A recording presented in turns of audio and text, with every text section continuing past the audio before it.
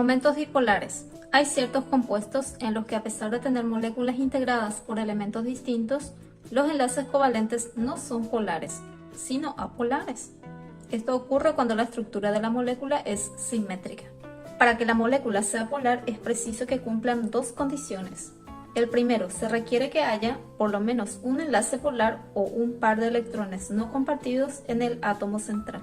El segundo, cuando hay más de un enlace polar, los pares no compartidos deben estar ordenados de manera que los momentos dipolares no se cancelen entre sí.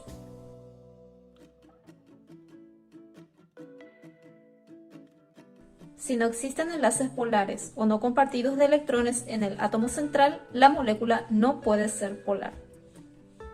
En caso de que no existan enlaces polares o pares de electrones no compartidos, deben estar ordenados de manera que sus polaridades no se cancelen entre sí, porque de lo contrario la molécula será no polar. El dióxido de carbono es una molécula de 3 átomos, en las cuales el enlace carbono-oxígeno es polar debido a la diferencia de electronegatividad entre el carbono y el oxígeno. Experimentalmente se demuestra que la molécula no es polar. Esto indica que los enlaces polares están ordenados de manera tal que las polaridades del enlace se cancelan. Como en el video anterior habíamos dicho que los compuestos que están formados de dos elementos diferentes son polares, en este caso vamos a ver que no siempre se aplica esa regla. El anhídrido carbónico es una excepción a esa regla, pues el anhídrido carbónico es un compuesto apolar y vamos a demostrarlo. Antes de hacer el diagrama de Lewis, para poder hacer la demostración, vamos a calcular primeramente los electrones compartidos, para lo cual necesitaremos los electrones necesarios y la cantidad de electrones disponibles. Tenemos dos elementos químicos, el carbono y el oxígeno.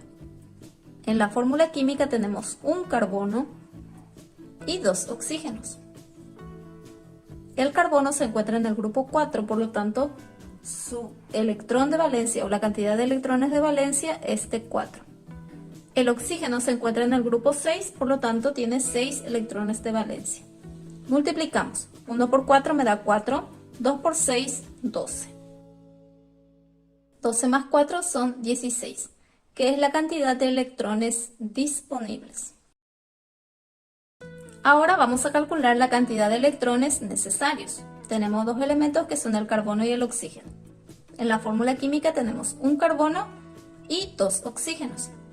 El carbono quiere tener 8 electrones en su última capa y el oxígeno también, por la regla del octeto. Multiplicamos. 1 por 8 me da 8, 2 por 8 me da 16. Sumamos esto y nos da 24, que es la cantidad de electrones necesarios. Ahora sí calculamos los electrones que serán compartidos, ya que el tipo de enlace es covalente, comparten los electrones. Los electrones necesarios son 24. Los disponibles son 16. Vamos a restar. 24 menos 16 nos da 8. Y por último queremos saber la cantidad de pares de electrones. Por lo tanto vamos a dividir 8 por 2. 8 dividido 2 nos da 4. Lo que significa que necesitaremos identificar 4 pares de electrones. Ahora sí realizamos el diagrama de Lewis. Tenemos un carbono y dos oxígenos que vamos a colocarlos a su costado. El carbono tiene 4 electrones de valencia que podemos representar por medio de cruces. Y cada oxígeno tiene 6 electrones de valencia, que en este caso, como ya utilizamos las cruces, ahora vamos a utilizar puntos. ¿Cómo sabemos que son 6? Porque el oxígeno se encuentra en el grupo 6A. ¿Qué nos dice? Que debemos tener 4 pares de electrones. Es decir, acá vamos a compartir un par. Son 2, 3 y 4. Estos pares de electrones podemos representar por líneas simples. Tenemos un oxígeno con 2 enlaces, el carbono con 2 enlaces y el otro oxígeno. Este oxígeno tiene arriba un par y abajo otro par de electrones que vamos a representar por líneas. El carbono no, el oxígeno, este oxígeno también, 2 arriba y 2 abajo, que representamos por líneas. Ahora sí vamos a identificar la resultante del momento dipolar.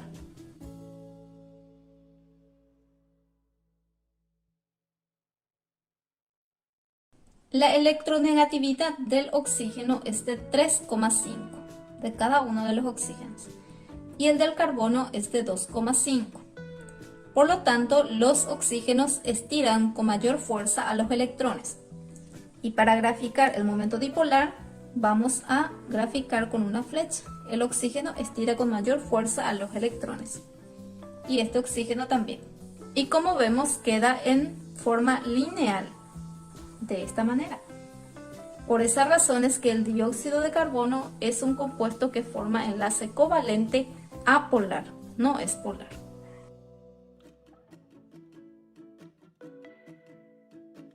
En el caso del agua, también está formado por dos elementos químicos diferentes, por lo tanto es un compuesto polar. Y este sí es polar, no como el caso anterior del anhídrido carbónico. Vamos a demostrarlo. En primer lugar, debemos identificar la cantidad de electrones compartidos, restando la cantidad de electrones necesarios menos los electrones disponibles.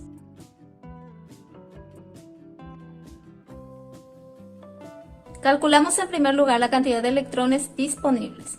Tenemos en la fórmula química el hidrógeno y el oxígeno. Tenemos 2 hidrógenos y un oxígeno. El hidrógeno se encuentra en el grupo 1A, por lo tanto tiene un electrón de valencia. El oxígeno se encuentra en el grupo 6A, por lo tanto tiene 6 electrones de valencia. Multiplicamos, 2 por 1 me da 2, 1 por 6 me da 6. Sumamos esto, 2 más 6 nos da 8, que es la cantidad de electrones disponibles. Ahora vamos a calcular la cantidad de electrones necesarios. Tenemos el hidrógeno y el oxígeno. 2 hidrógenos y un oxígeno. Cada uno, el hidrógeno quiere tener 2 electrones para adquirir la estabilidad del helio. Y el oxígeno quiere tener 8 electrones en su último nivel para adquirir la estabilidad del neón. Multiplicamos, 2 por 2 me da 4, 1 por 8 me da 8. Sumamos esto y nos da 12. 12 es la cantidad de electrones necesarios. Ahora sí calculamos la cantidad de electrones que van a compartir estos dos elementos químicos para formar el agua. Los electrones necesarios son 12. Los disponibles son 8. 12 menos 8 nos da 4. Para saber cuántos pares de electrones vamos a necesitar, vamos a dividir por 2. 4 dividido 2 son 2. Significa que vamos a tener 2 pares de electrones. Como en la fórmula química tenemos 2 hidrógenos y un oxígeno, vamos a colocar el oxígeno en el medio. Alrededor de él, 2 hidrógenos. Los hidrógenos se encuentran en el grupo 1, por lo tanto cada uno de ellos tiene un electrón. El oxígeno se encuentra en el grupo 6, por lo tanto tiene 6 electrones. Como ya utilizamos los puntos, ahora vamos a utilizar las cruces. 2, 4, 5, 6. Tenemos 2 pares de electrones, es decir, el hidrógeno y el oxígeno van a compartir un par de electrones acá y acá otro par de electrones. Ahora, ¿qué pasa con la electronegatividad? La electronegatividad del oxígeno es de 3,5 y el del hidrógeno es 2,1 de cada uno de ellos. Por lo tanto, el oxígeno estira o atrae con mayor fuerza a los electrones del hidrógeno. Por lo tanto, la resultante será hacia el oxígeno. Estos enlaces se pueden representar por líneas. Como son atraídos con mayor fuerza por el oxígeno, forman esta molécula de agua. De esta manera, ya que el oxígeno tiene mayor electronegatividad. Por esa razón es que el agua siempre es un compuesto polar.